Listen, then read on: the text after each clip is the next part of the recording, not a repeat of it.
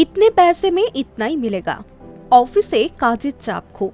একদিকে মাসের শেষ, পকেটে ঢোকা বেতনের অঙ্কটায় ঠিক পর্দায় পোষায় না। আর সেই প্রতিবাদে এক আজব উপায় বেছে নিলেন এই তরুণী। কোনো বিশাল আন্দোলন বা স্লোগান নয়, স্রেফ নিজের ডেস্কে মাথা রেখেই টানা 5 ঘন্টা ঘুমিয়ে নিলেন তিনি। তার সাফ কথা, বেতন যতটুকু দিচ্ছেন কাজও সেটুকুই পাবেন।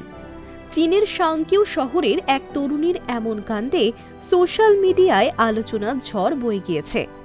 চীনা এক সংবাদ মাধ্যম সূত্রে খবর, ওই তরুণীর মতে তার শ্রমের তুলনায় সংস্থার দেওয়া বেতন একেবারেই কম।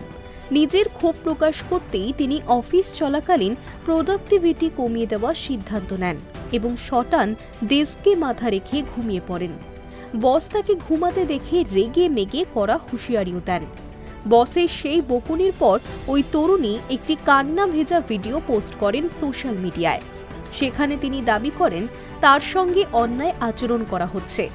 কম বেতনের জ্বালা সাধারণ মানুষ বুঝবেন না, তবে তিনি কাজ ছাড়তে রাজি নন, কেবল নিজের পয়েন্ট প্রমাণ করতে চেয়েছিলেন।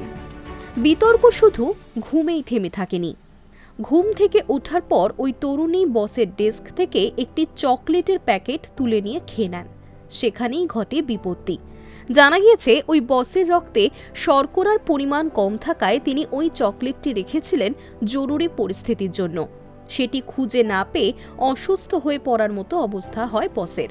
তিনি রেগে গিয়ে ওই তরুণীকে খুনি অপবাদ দেন এবং তাকে বরখাস্ত করার হুমকিও দেন। সোশ্যাল মিডিয়ায় এই ঘটনা সামনে আসতেই কি বলছেন নেটিজেনরা? এই ঘটনা চীনের সোশ্যাল মিডিয়ায় ভাইরাল হতেই সমালোচনার ঝড় বয়ে গিয়েছে। সাধারণ মানুষ শ্রম আইন বা কম বেতনের বিষয়টি মানলেও কাজের জায়গায় এমন আচরণ সমর্থন করেননি অনেকেই।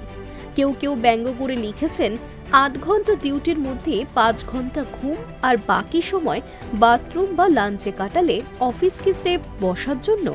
আবার কেউ কেউ লিখেছেন, পরের বার ঘুমানোর আগে অ্যালার্ম দিয়ে নেবেন, না হলে তো অফিস ছুটির সময়ও ঘুমিয়েই পার করবেন। কেউ আবার লিখেই ফেলেছেন, ভাবিনি আমি কোনোদিন কোনো বসকে সমর্থন করব।